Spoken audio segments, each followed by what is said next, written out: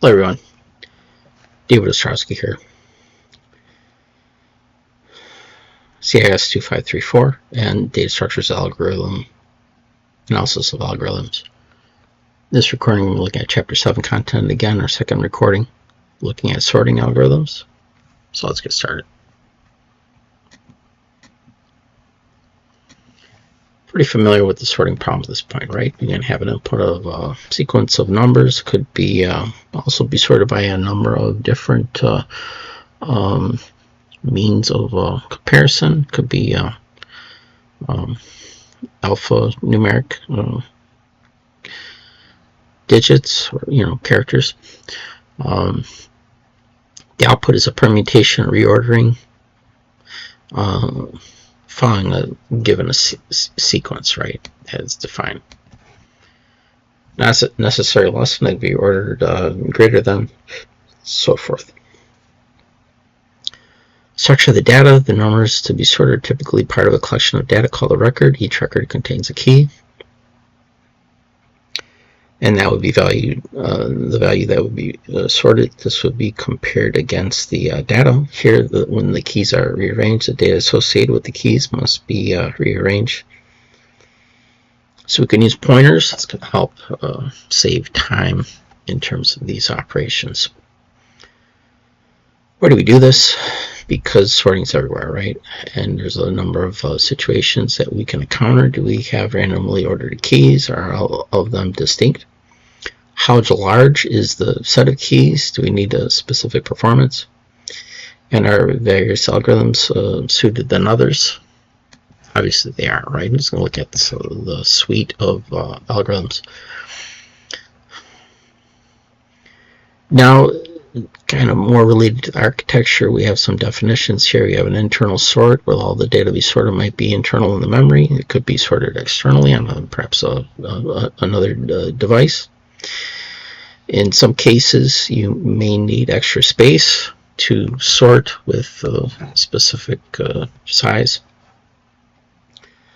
What would be termed as a stable sort. This would preserve the relative order of records with equal keys. If I sorted on a first key as identified here, and you may be sorting on a different key, right? And this is going to put other values out of order, right? As you see indicated in the red, can't always, you can have priority sort between multiple keys, but it's going to put the other one out of order, right? So one of our basic sorts, we talked towards this a little bit already. Just kind of review that. It's insertion sort.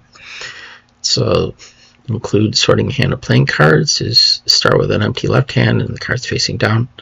So you're going to remove the cards one at a time and insert it into the appropriate position. Here you compare it with each of the cards already in the hand from left to right. And the cards in the left hand would be sorted. We can physically look at this, right? And this is assuming that I've already sorted 4 cards, already have a remaining card to be sorted. So we need two considerations, right? I have to shift my values appropriately, and I have to identify and that's happen along the lines of doing the comparison, but here and that's once I've identified the appropriate location, right? So once I determine that here to insert the 12, we need to make room for it by moving the 36 and the 24 appropriately. And you can see it's just kind of move it across, and you would be able to insert that. So I'm going to put array, and for each iteration, the array would be divided into 2 subarrays, a left and right. Left with the sorted positions. So insertion sort starts from the second position, splitting the list into a list of 1 and a list of the remaining, right? And here the first value is going to be sorted because it's nothing to be sorted against. So in this case, I take 5 and just make the designation that's my sorted list. And then I make the 2 compared to that, right? So and then I end up with 2, 5, and correspondingly take 2, and then I insert 4, moving incrementally from left to right in my sorted list to find the appropriate position to put into it. 6, in similar fashion, is sorted at the end of the list, being the highest, and 1 would be moved to the new first position because it would be obviously the lowest value, right? And continue on with the 3 until you have the sorted operation. So this is how it looks for insertion sort. I start from 2 to n. My point earlier, I have the list of 1, so I'm going to be sorted, so I'm going to start from 1 to n. And then the actual insertion, I search through the subsection. It stops me at key and starts from the I greater than 0 position, and I'm shifting until I make that association with the key value. So loop invariant. So here I do the insertion into the sorted sequence, A to 1 to j minus 1, and I use the while condition to traverse through that, shifting over, and the invariant at the start of the for loop of the elements of A to the j minus 1 is the sorted list, right? So proving the loop invariance, this works like induction. Here I have initialization, the base case. This is true prior to the first iteration. Maintenance exists as my inductive step. This is true before the iteration of the loop, remains true before the next. And when the loop terminates, invariant gives us a useful property that shows that the algorithm is correct. In loop invariant for the insertion sort, just before the first iteration, j equals 2, the subarray is assigned to A1.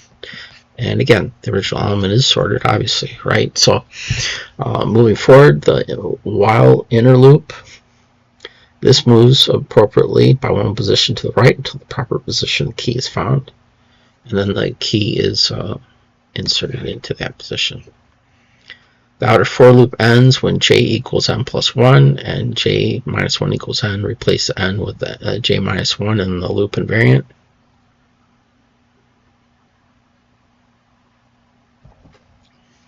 Placing n with the j minus 1 in the loop invariant.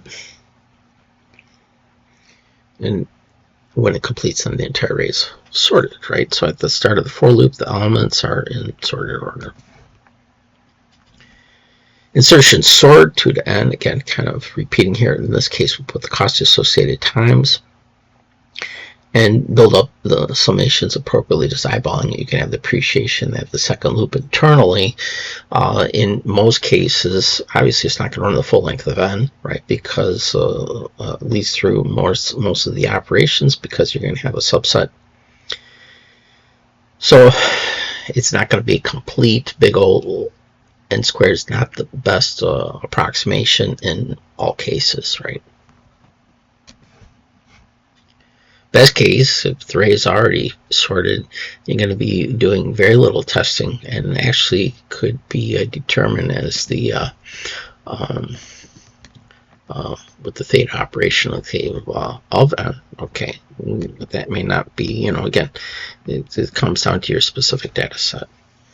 The worst case, if it's a reverse sorted, then the growth order would be more closely approximated to n squared, because I'd have to continually loop through the sorted area to find the appropriate position, not knowing beforehand exactly where it stands. So the green indicated, right, that's going to give me the n squared divided by 2 comparisons, and then the associated exchanges, and anything that goes within that, right, it's kind of a wash, because you have constant 1 that could have multiple, and as it scales, right, that's a big question that we have. Is that going to really matter? So insertion, the good running time for almost sorted is theta n. Disadvantage is theta is n squared in the worst case, an average, and using n squared divided by 2 comparison exchanges. And again, you can argue coefficients, but at the end of the day, the coefficients wash out, right, as we do higher level approximation. So I'm going to stop here. We'll pick it up on the next one, bulb sorting. Thanks for listening. See you in the next one.